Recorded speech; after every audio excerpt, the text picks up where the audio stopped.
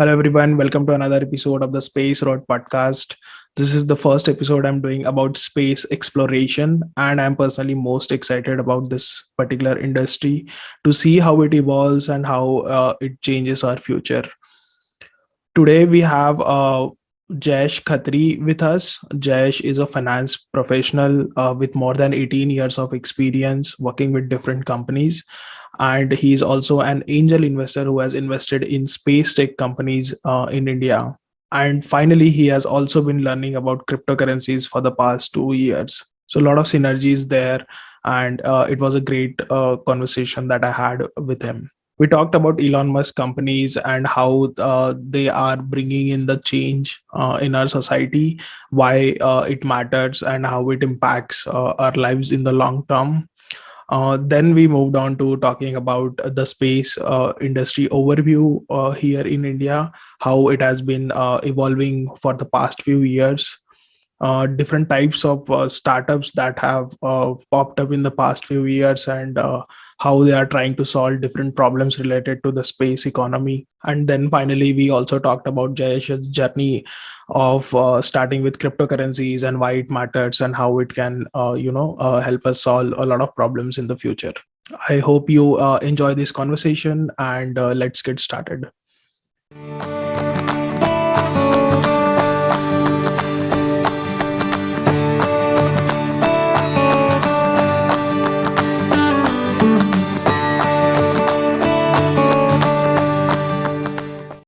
Hello, Jayesh. Welcome to the Space Road podcast. Thank you for being here. How are you doing today? Great.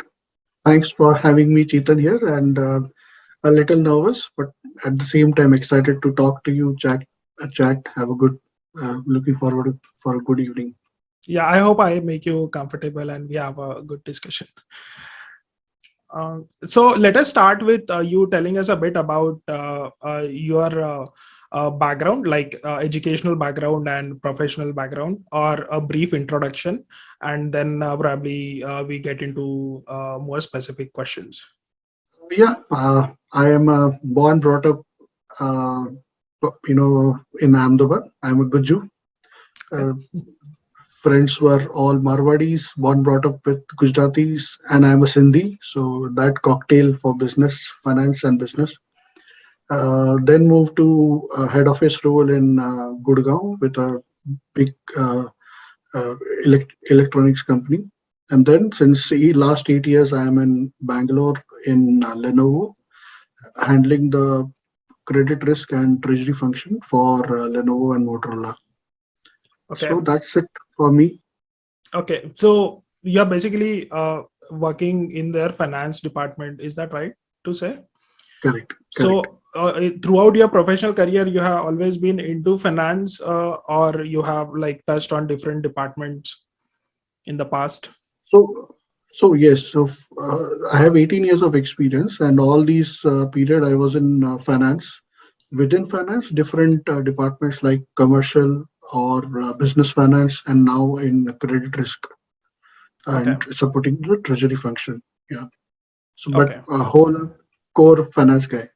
I mean, yeah, that's very great to know that you are like 18 years of experience, and you are still, the reason we are here is that because you are still exploring new things, you are learning new things, you are being active on LinkedIn, and interacting with different people, and that's how we connected, and that is the reason we are here today.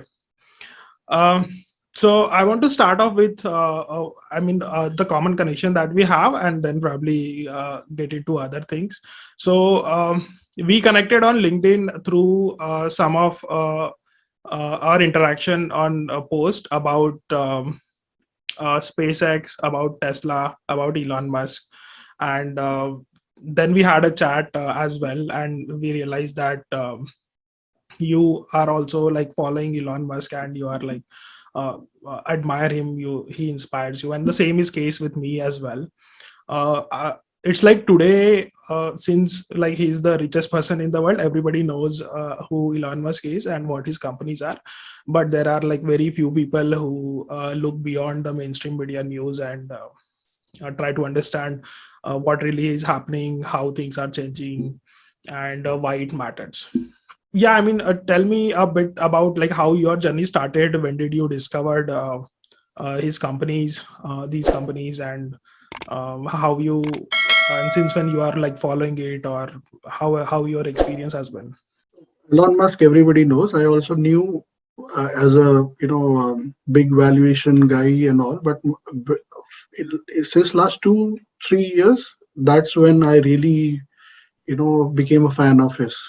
Okay. Not only I became a fan of it, because my 10-year-old son also became a fan of his. Yeah. The kind of experiments that was he doing, the kind of industries that he was leading. Not only he was inventing an industry Hmm. and trying out those things that nobody thought actually. So my son tells me that he is the real Iron Man, Yeah, that's true. the real inventor actually. Yeah. And I can still remember the impression that he's on his face when the his rocket came back and landed on a strip, Yeah. completed a mission in low orbit, installed the satellites, came back and landed on a small helipad or something pad. And his Yeah. expression was, is this possible? And that's what he is being doing. So yeah, we became a fan, and not So only for basically, your what. son led you to exploring more about Elon. Yeah, I was already a fan, but when I was seeing some videos, and he also, caught on to the things actually. Okay. That is this possible? And then, of course, the Tesla cars, how Mhm. I how iconic those cars were, and the future of electric vehicles, and so that way the S3XY ranges of cars that he saw, or we saw, that was pretty iconic. Okay. So I have prepared a chart also, which I will post in LinkedIn in a few time. What is the Elon Musk universe? Correct. What he's trying to do, Sure. uh, ranging from uh, ranging from his boring company, where he's trying to revolutionize transportation, or Hmm. colonize Mars, or control our minds, to AI, Neuralink. Yeah. He is trying to do everything actually. So Yeah. it's admirable. Sure. Yeah. I mean, it's if you just want to understand what all different industries that he is involved in, and what all different levels. I mean, it needs a significant amount of time and energy to really have a grasp of what actually is happening. Um, Yeah. for myself, I mean, I have been like, I first discovered.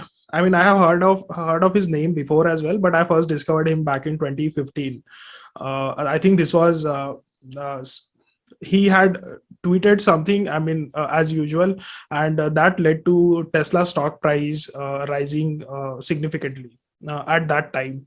Not like the rise we have like in 2020 or 2021, but back in 2015. And one of my friend like read that article, and he said to me, see, I mean, this guy tweeted and the stock went up. And then I was like, "Ki, who is this guy? Let me just searching on the internet." And um, and the first time I searched about him, I mean, it's like I have never stopped since that moment, because it's a rabbit hole. You get into it like one after the other, one after the other. And 2015 is the same time when uh, Elon Musk's biography by Ashley Vance also came out. So, I mean, I bought the book. I mean, first few days I read it, and like totally fascinated by the things that he has done by then itself, by 2015 itself, and that the entire game is on a different level today across his companies. One of the most helpful thing I think he did is that he has done a lot of interviews over the years. Like if you see last 20 years, he has done a lot of interviews with different reporters, different podcasts, and in different countries like US, China, Europe, and everywhere else. So that watching those interviews really helps you understand his mindset and how he thinks and how he is able to generate these extraordinary results, which people usually doubt and say that this is not possible, but then again it happens. And then now, I mean, it's a common saying that don't bet against Elon Musk.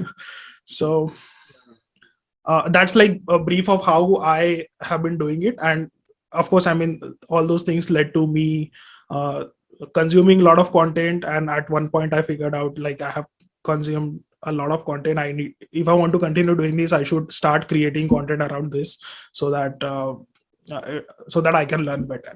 And that's how we are here, I guess. He considers himself the chief marketing officer for all his group companies. Yeah. I don't think he has a proper marketing, correct? I remember 2-3 years back uh, he didn't have a marketing person. He himself was, using Twitter as a vehicle to spread the news. Yeah. So He had some. Sorry. yeah. uh Tesla had a PR team before this. I'm not sure, I mean, how long, but I think for a brief period they had a PR team. uh, but they do not spend any money on paid advertising. None of his companies do. The philosophy there is that your product should be so good that people should gain, like, your product should like amaze people while they use it, and then that leads to they talking about it with their friends and families, and that word of mouth helps you sell more products. So He has been successful in creating a very loyal community. Very, yeah, yeah, loyal. it's one of a kind. I mean, we have not seen anything like this before. uh, the you would not see these kind of people who are following one particular company so aggressively, uh, for not for any company. It's not. Yeah, I mean, today the world is different. We have access to information, these social media platforms where communities can be created and everything. But even when this was not very at large scale, people have been like supporting him, like early 2010s, and like throughout the journey of like Tesla and SpaceX. So I guess when his people came to know about his journey through his biography, people have more respect for him. That he is the epitome of an entrepreneur. He has tried so many different things all his life, failed so many times, and yeah, then came back. And he was almost bankrupt yeah, so many times, yeah, but he has come back. So that yeah. way he has encouraged so many people. Yeah, certainly. I mean, the money that he got after the sale of PayPal in 2001, I think. Uh, I mean, for most people, it would be like enough to spend the rest of their Retire. life. But he invested everything, he risked everything. So that shows the conviction character that he has. People did not understand this back then. Now a lot of people do, because like there is so much content and so many things get written about him, both positive and negative. But you have to scheme through the details and make up your own mind about like what you want to believe and what you don't. One of the like disheartening thing to see is that there are still people uh, in the mainstream media in US who do not believe the things that he's doing. And there are some analysts that go on these financial news channels and they continue to bash Tesla, that Tesla is like a vaporware company. They do not their electric cars are not the future. It is not possible. ICE cars will never be replaced. And yeah, I mean, like lot of fud. So that is very disheartening to see. But it doesn't matter because he is changing the world every day. And like, I mean, not only he, but the entire company Tesla is changing the world. They are leading the EV revolution, and the president of United States even has not said their name once. And President Biden says GM is leading the EV revolution. So politics is like fucked everywhere. It's not just India. Yeah, and his last three regimes have I read somewhere it is they have released $8.1 billion for space exploration missions to SpaceX alone. and Okay. their whole space missions are being done by one man, Yeah. and they are not acknowledging. Yeah. So USA had no access to space on their own rockets for humans since I think after 2011. Because the rocket that they had is called space shuttle. They used to call it space shuttle, NASA rocket. So that stopped flying in 2011, and since then So they back. used to rely on Russian rockets to send their astronauts to the International Space Station and back. Of course, it is costly, and US and Russia has this love-hate relationship. So that is the time when NASA decided to give out these contracts for private players to develop a spacecraft which would help them regain this capability of sending humans to International Space Station and back. And a lot of other companies competed for it. I think Boeing got some funds from NASA for that, and SpaceX got some funds from NASA. um, Boeing has still not delivered on their promise, which at the moment, I mean, Boeing was the biggest company. Like, they have been doing most of the rocket engineering and manufacturing for NASA, but they have still not delivered their spacecraft, which is called Starliner. But SpaceX did, and now since 2020, I think there has been already 4 or 5 human space flights, all by SpaceX. So it's fascinating. I mean, if you go into the detail, it's totally fascinating. Starlink satellites, I think he has a plan to send 12,000 satellites in LEO Yeah, to, the send high speed bandwidth internet to yeah, the remotest part of the earth. Out of that, 2-3,000 he has already launched. yeah, So it's far ahead of the curve, actually. yeah. Yeah, there are so many projects. It would take a lot of time if you keep talking about it. But yeah, just to talk a brief about Starlink. So 12,000 in the first phase, and then they have got the approval for total, I think, 40,000 in the long run, because some of those satellites will reach end of their life, and then they will have to keep launching new satellites. Um, so I think 40,000 is the number for approval, but yeah, the constellation will have 12,000 satellites in the first phase. And then if they decide to expand it further, then those other numbers would come in. I think more than 2,000, around 2,100 satellites are already in low earth orbit, and they are providing services in like more than 15 countries right now. Of course, I mean, it takes time for them to cover the entire surface of earth. As they launch more and more satellites, that area coverage keeps increasing. And So much uh, traffic, huh? By the in next 5 years, there will be so much traffic in the LEO. yeah. I guess one of the Indian enterprises is even working on a space traffic management software or something. Correct? I heard in an interview or something. Okay. So Okay. space traffic management. That's a like interesting problem to solve.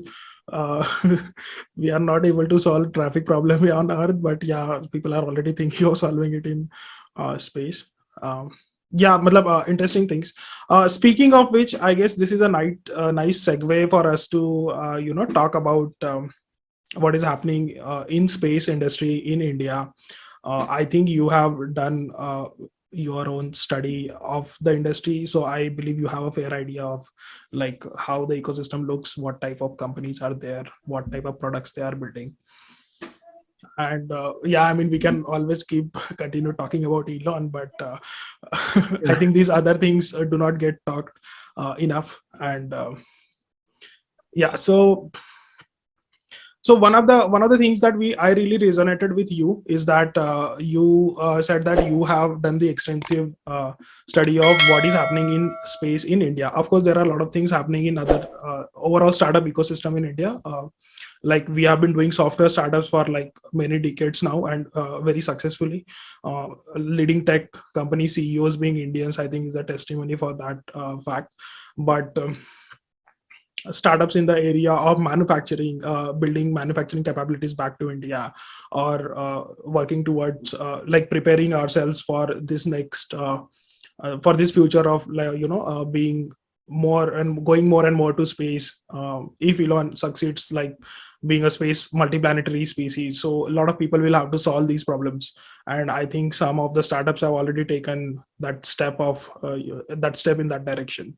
So give us a brief about what how you see it, like what different companies are there, what kind of products, what problems they are solving, and yeah.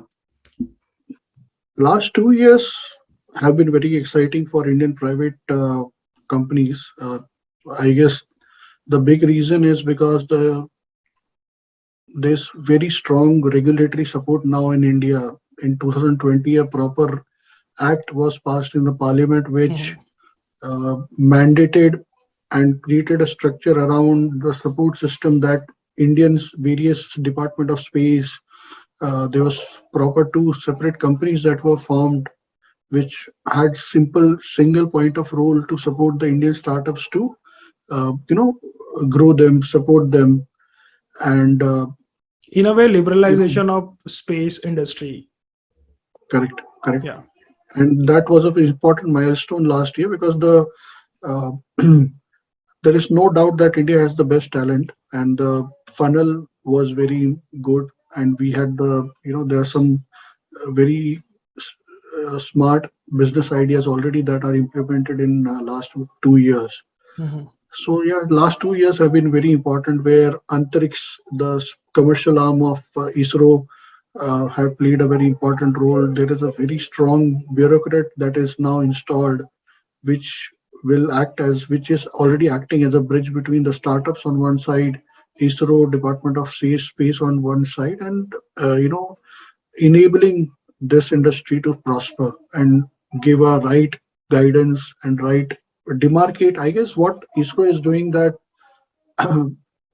for years together, I guess since 1960s, they were the pioneer in frugal economics and Yeah. still with a minimal GDP ratio of zero point 0.1 or 0.06% to the India GDP. Mhm. With that budget allocation also, you take up any report, global report or Asia Pacific report, you will find India always in the name. Whenever space tech is being mentioned, Yeah. India is always there in the top four, top five.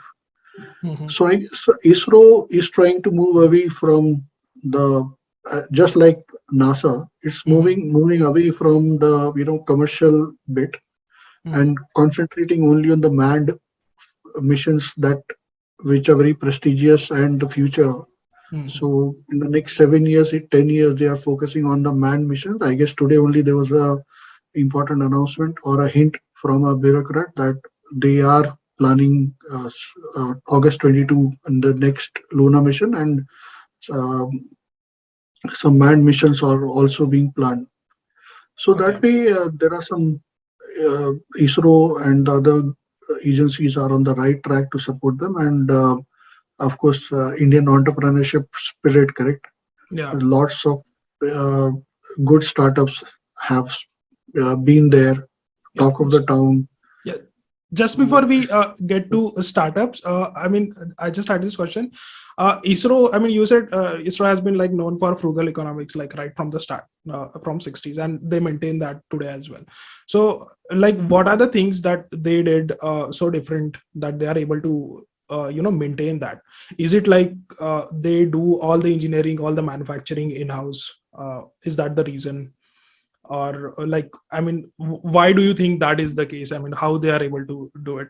I would not be able to give the whole picture to you, but what I understand, the India supply chain is pretty, the space contract supply chain is pretty respected. Whatever I Okay. hear is pretty mature. And for right now, the startups are coming into the picture. But before that, also, the designing consultancy and the whole ideation was done by ISRO. But Hmm. the actual satellites, in a very economical way, in the best of the minimal mass, that was still being made by the Indian contractors, which are and which were very good at that time. I Okay. guess that combination was the factor which with which ISRO could do this actually. Okay. Okay. So Yeah. right now, I heard the Indian startups are also using this same supply chain with, of course, 3D rockets and, of course, with their own technology Mhm. to even make better and have a leapfrog. Okay. And I think this supply chain is helpful for other space agencies worldwide as well. Because I was reading somewhere that SpaceX also sources some components for their rockets from India. I mean, I did not get into the details of it, like what exactly are those components or since when they are doing it. But like, I mean, that proves your point of like that supply chain being like, I mean, established supply chain in the space industry is the reason for ISRO to be like so frugal. And I think, Chetan, I think uh, ISRO frugal economics worked till one point, but with hmm, SpaceX coming into the picture since last 5 6 years, their hmm, uh, economics is at a different trajectory actually. I yeah, guess they are sending and charging NASA to send one NASA astronaut at 25 26 million dollars, which is dirt cheap than what NASA used to send in their from their own budget. correct. Now, NASA is SpaceX per kilogram cost to send a satellite is very less Hmm, than what ISRO right now charges. I guess those factors the ISRO team would have thought that we need to think big now to hmm, uh, we have all the bricks actually. hmm, uh, we have the people, we have the technology, we have the design and engineering. The bricks are already there. We just need to make a wall, and for that, I guess the Indian government and the ISRO have taken the steps since last 2 years to yeah, help the Indian private sector mature. yes, yes, yeah. I mean, SpaceX is yeah. Today, I think it has become challenging. Today, I think that that has been flipped. Like the cost to send 1 kilogram of like mass to orbit is less for SpaceX than it was for ISRO.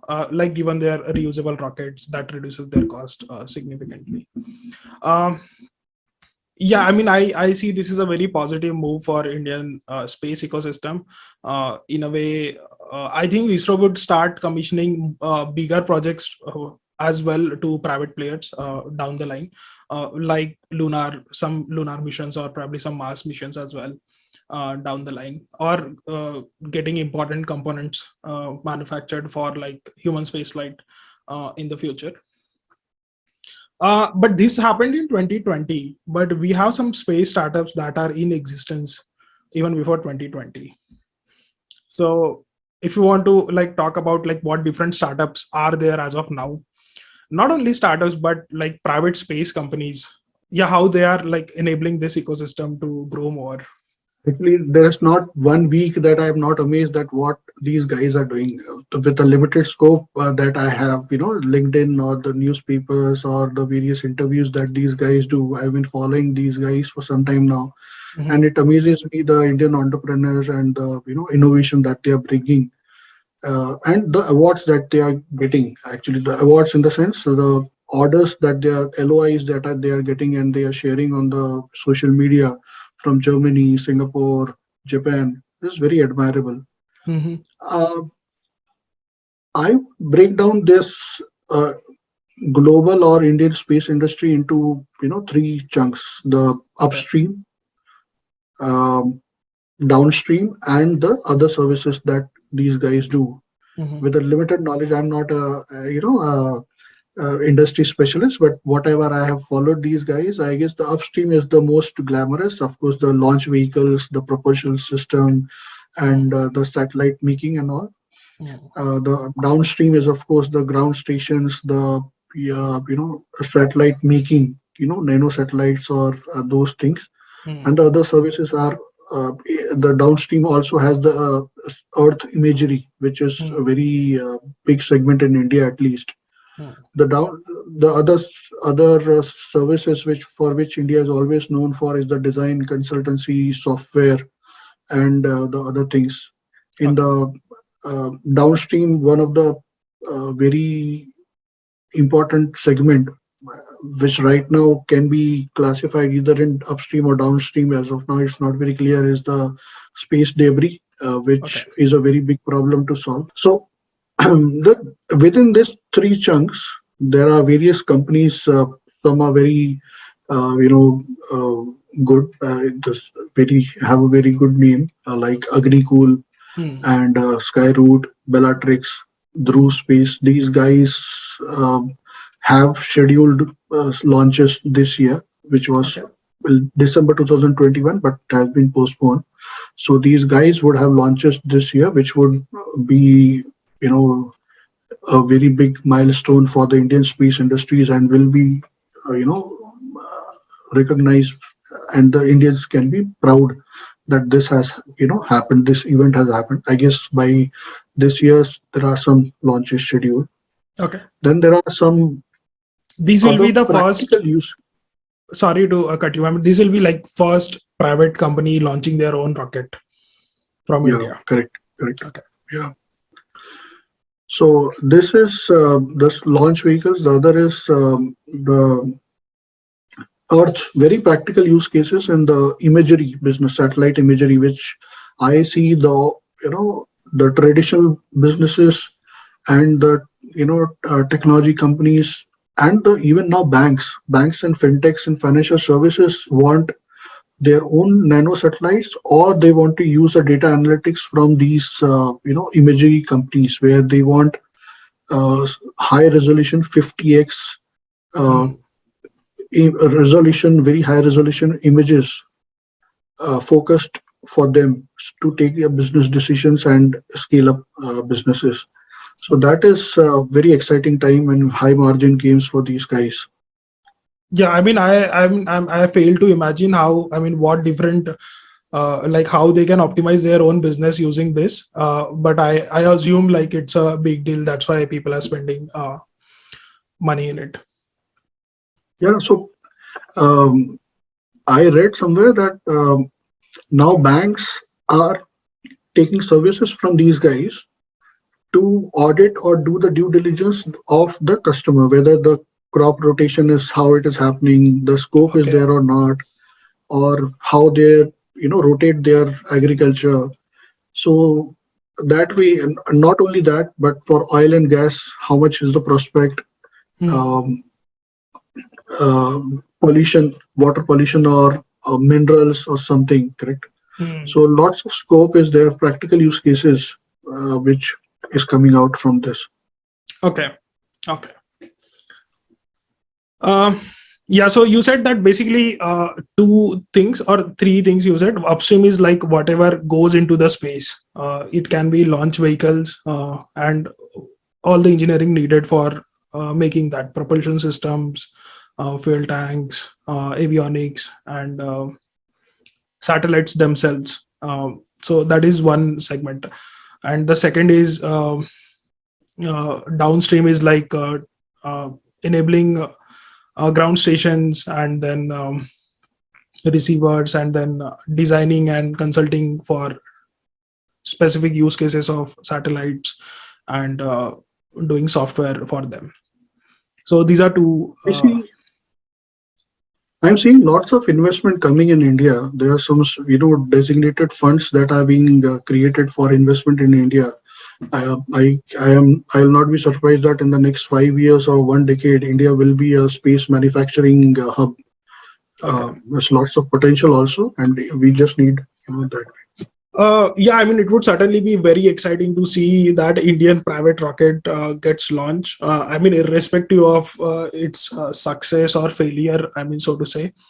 Uh, but just that though these attempts are happening and people are working towards it, I think is good enough for us to pay enough attention and increase awareness about it and potentially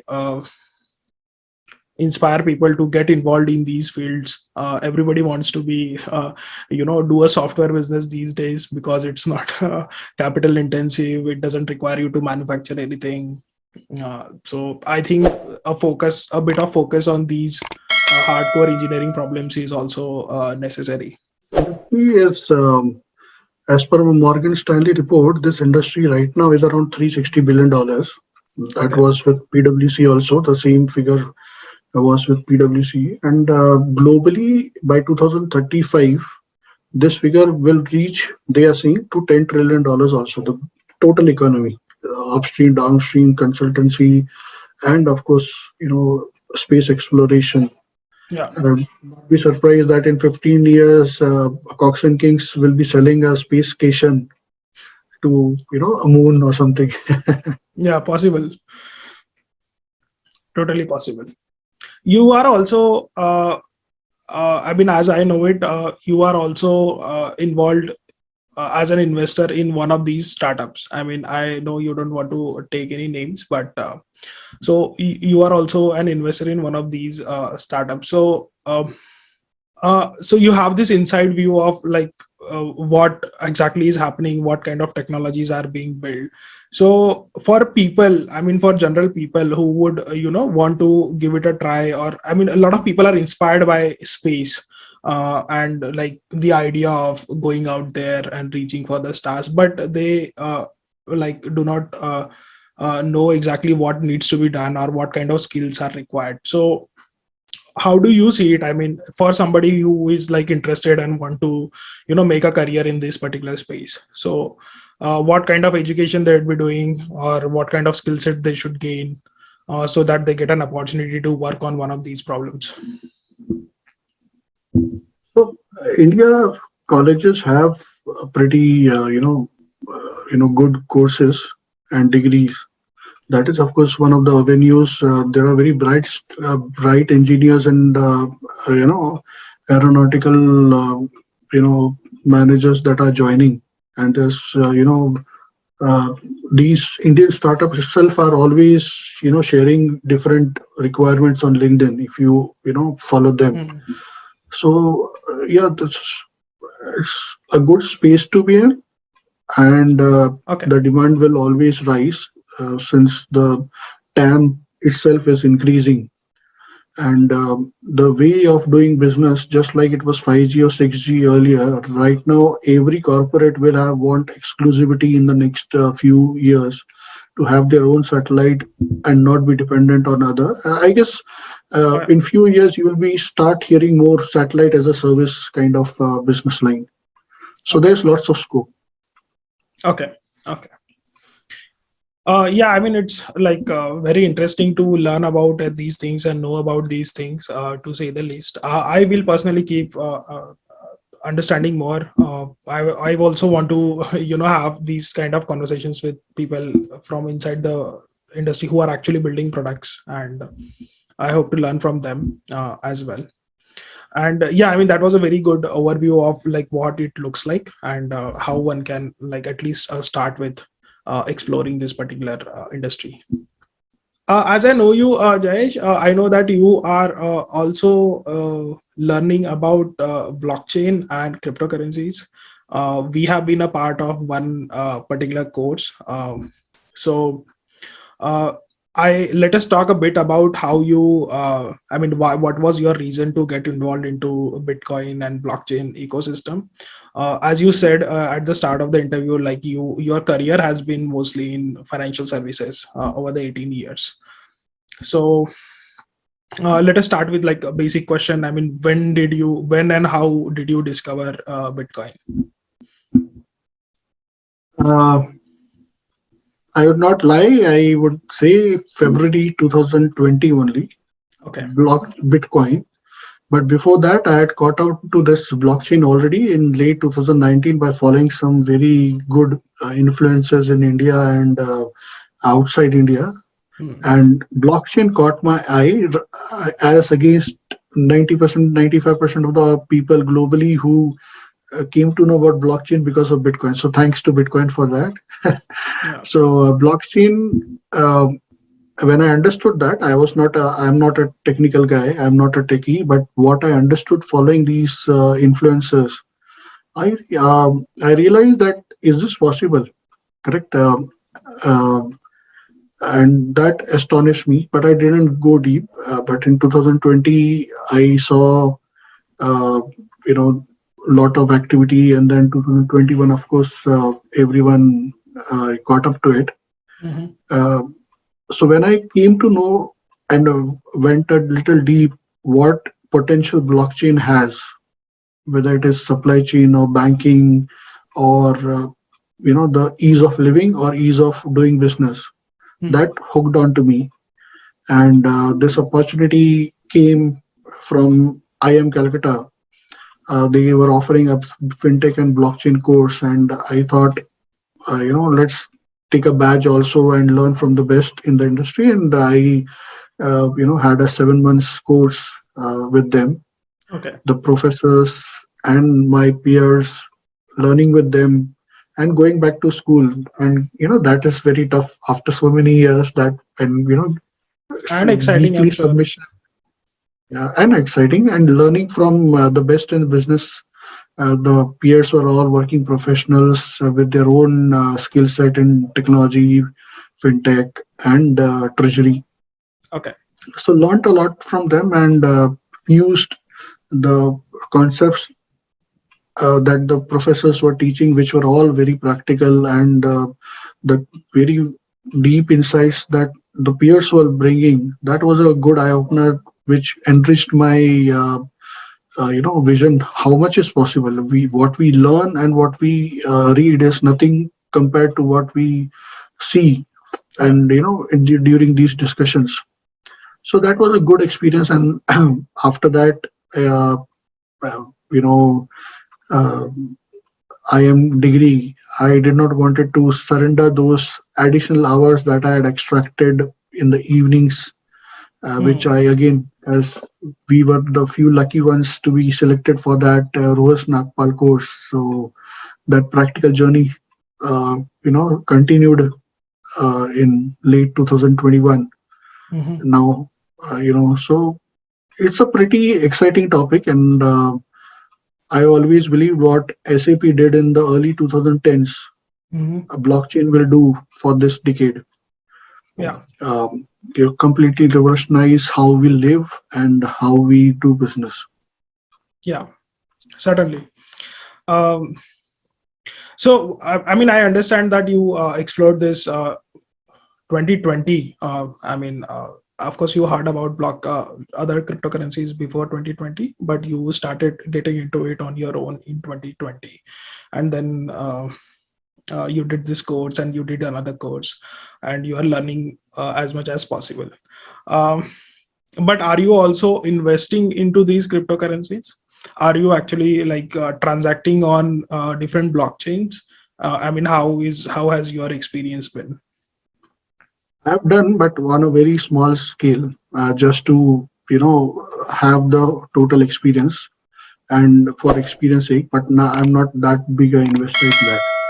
I want Okay. to uh, I wanted to explore what is happening, the various interactions the layer one, layer two are having, or the Binance, how they are communicating with the Indian exchanges and all. So that cycle I have tried up, Okay. plus yield farming and all those tried, but I'm a passive investor. So, yeah.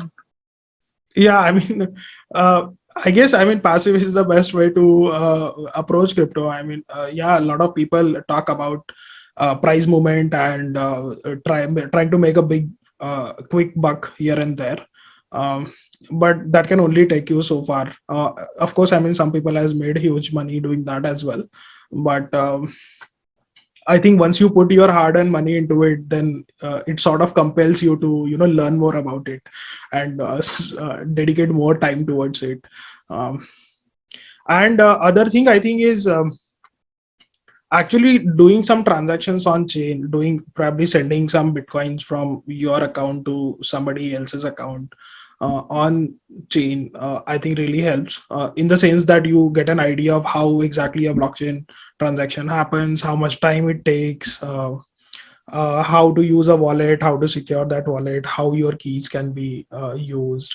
And same is true for like these smart contract platforms like Ethereum and others, where you have to approve every transaction. And then if you try out different protocols, then you get to know like what these new generation of products would look like. I mean, we can only read so much about it, but if you actually do some transactions, that gives you an Yeah. idea of like, yeah, so this is the problem they are trying to solve, and this is how they are approaching it, which is like totally different than what we see today. Like even the leading fintech startups are like very different than leading crypto projects. So Because the biggest use case, um, I've written many articles for blockchain. One of them is for Satoshi Nakamoto. What he was thinking when I learned about this, he was an aggregator actually, where mhm, he didn't have his own crypto, innovations, but he mhm, was a good economist. He had a good knowledge of the monetary system, and he fused that with this cryptography to make a currency which was an economy, self-running economy in itself. That is very mhm, admirable. yeah, No middleman and not nothing.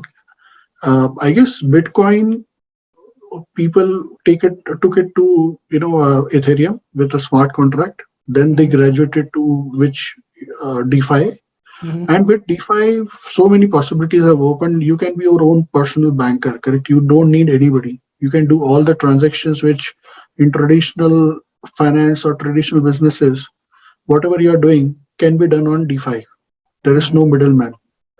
They even have now decentralized YouTube, decentralized,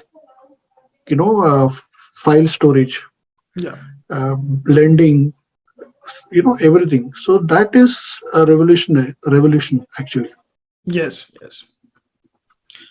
You say very rightly, like Satoshi being an aggregator, like he really worked on the work done by all these cyberpunks or like cryptography experts, computer scientists in the past 2 3 decades before 2008, and then he like sort of accumulated learnings from here and there, and then he created Bitcoin. Um, yeah, that is very true. And on the DeFi front, on Ethereum, you have like uh, all leading banking products are available on like blockchain. Of course, I mean they are not as user friendly as your other applications are. They are like there is a learning curve if you want to use them, and then again some of them are not very cost effective. It costs you a lot of money to do transactions on some chains. Of course, there are alternatives for that as well, but yeah, you have everything. You have decentralized exchanges which are not controlled by anyone. You have lending, you have borrowing, you have derivatives trading, and you have like different yield aggregators which maximize your return on portfolio, and everything is happening on chain. It is not being managed manually, and no single entity controls it. So if you understand this, then it's like very fascinating, and then you really see the potential and where the future is going. um, On that point, I am seeing, this is my take, that um, it's just a redistribution of wealth that is happening because the whales are here also. So it remains to be seen in the long term how decentralized or how uh, this equity will be there. yeah, Of course, financial inclusion will be there because at any point of time there will be some layer or some ecosystem which will be supporting the masses.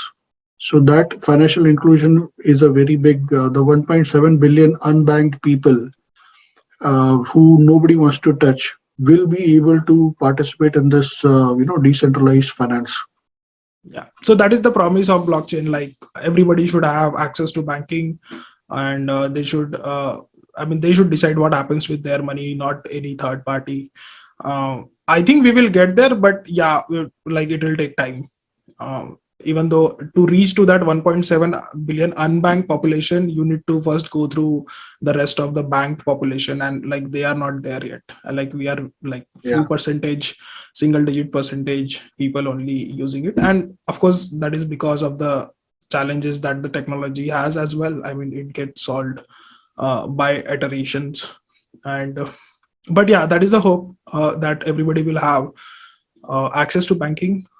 They control their own money and will not be dependent on any third party.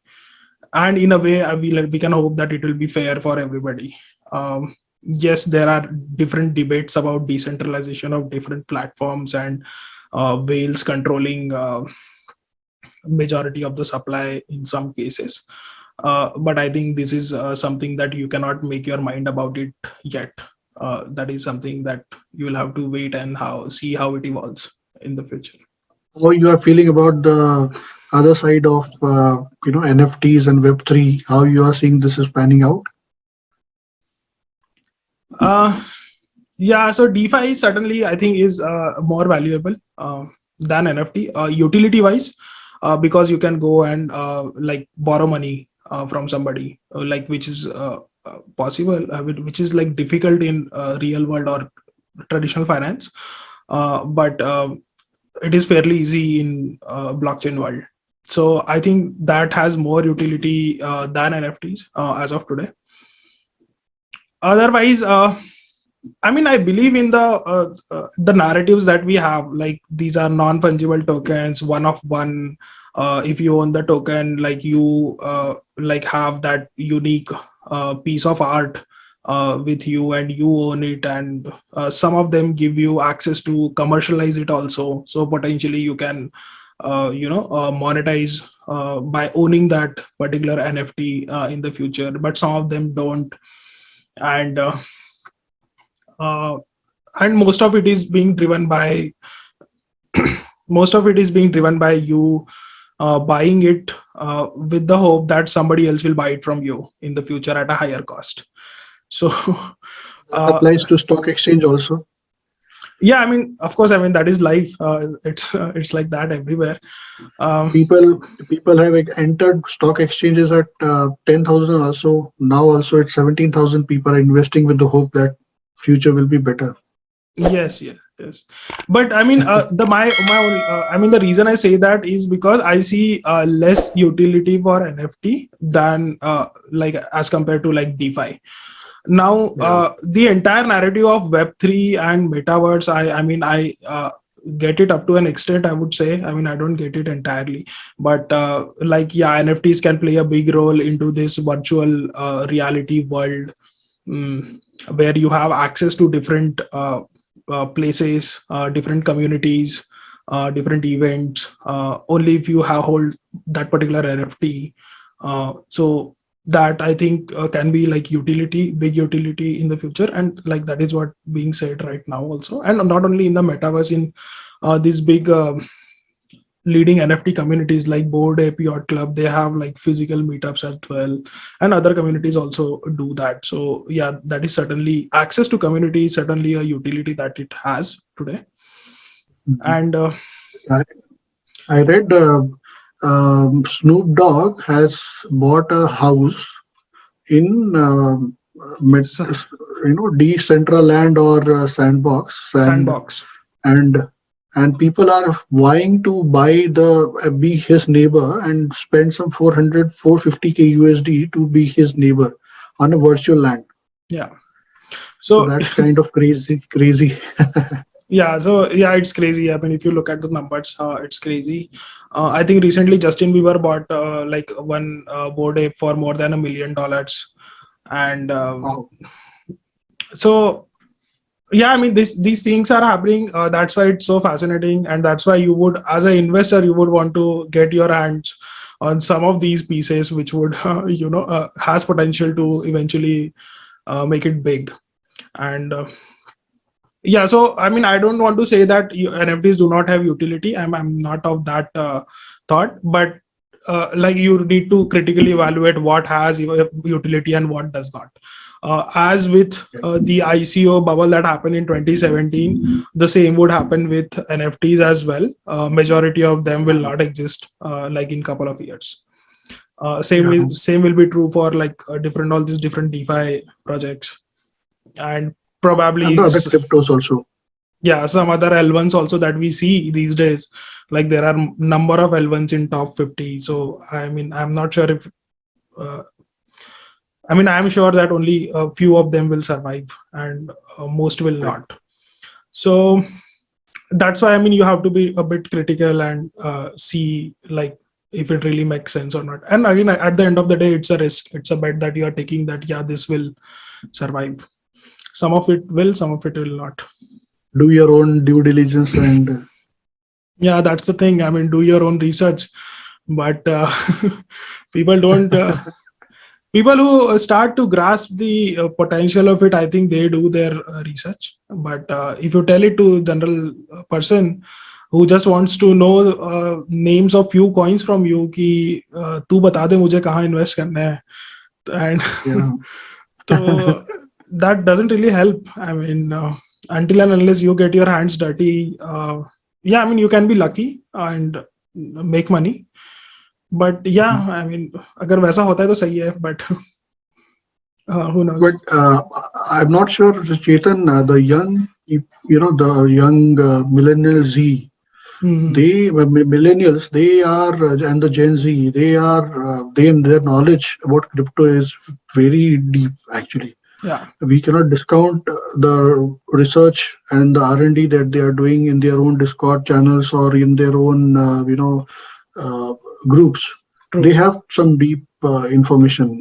We also do not know. I'm true. sure what happens with channels, as you rightly said, investing through Binance has lots of gas fees, so they find a way. Yeah. You know, that's admirable, actually. Yeah. So for I mean, this has been my observation as well. The Gen Z generation, these people are like very fast with computers. I think that is the reason for them to deep dive into these topics, because like they have grown up with mobile phones and internet. So I think they are very fast with computers and doing things. And if somebody like gets interested in one particular thing, that they just get into it. And that's why we see a lot of these protocols or crypto projects being built by very young people. Like we have Instadap, Instadap, so youngst. yeah, inside app is I think those guys are like 20 and 21 when they started. Now they, I think like Ahmedabad 20. based. Yeah, yeah. And then we have this person from Goa. I'm forgetting the name of that person, Gajesh or Ganesh. I mean, I'm not sure. So he's like 13-year-old. He built a DeFi product on Polygon, and Oh, not just with India. I mean, otherwise also very young people are like building these products, and it's like very exciting to see. Uh, People who like millennials, I think struggle a bit for doing their own research, and of course, I mean, generation prior to millennials struggles more. But there is no other way until and unless you get your hands dirty and try to learn for yourself. You will not grasp it. You cannot be dependent generation on somebody before. else's advice. So generation before that is dependent on a middleman, correct? I need a customer service number to Hmm. invest or deposit money in you. In crypto, there is no customer service. Money gone is gone. Yeah, yeah, totally. So they need a interface between themselves and third party. Uh, but yeah, the direction in which the world is moving, I mean, I guess that will not help much. You have to take control of your own things and make your own decisions, be it right, be it wrong. Make sure that your funds are secured. The responsibility of security is also on you. If you lose the key, Correct. you lose your funds. And people are not comfortable with it. That's why they prefer to, keep their funds on exchanges. And that's actually a big business model for banks as well, for traditional banks to offer these custodial services for their clients. So yeah, it's I mean, very exciting to see all these things take place. 3 years, 5 years will be very exciting how this pans out actually. Yeah. Jayesh, I think that is more or less what I wanted to talk about, but like if you have anything in mind, please go ahead. Nothing. It's just thanks for having me over, and good to chat up again after a long time with you. So uh, good, good chat with you. Thanks. Yeah, likewise here as well. Okay, so the last thing, like if somebody wants to reach out to you, what is the best way to do that? What do you recommend?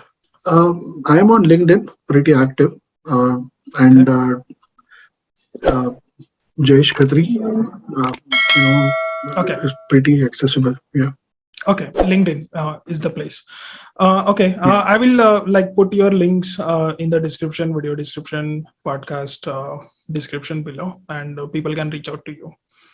sure. Thank you once again for spending your time with me, and I hope we get a chance to do this again. I certainly like learned a lot from the conversation, and I look forward to doing this again sometime in the future. Pleasure is all mine. Always good to talk to you. All right. Thank you. Sure. Thank you. Have a good evening. Bye. Thank you so much for tuning in. I hope you gained some value out of that conversation. If you did, make sure you like the video, make sure you share it with your friends, make sure you subscribe to the channel. And if you have any suggestions for any future guests that you would want to see, or if you want me to cover any particular topic, please mention that in the comments below and I would be happy to do it. Thank you so much once again, and I will see you in the next episode.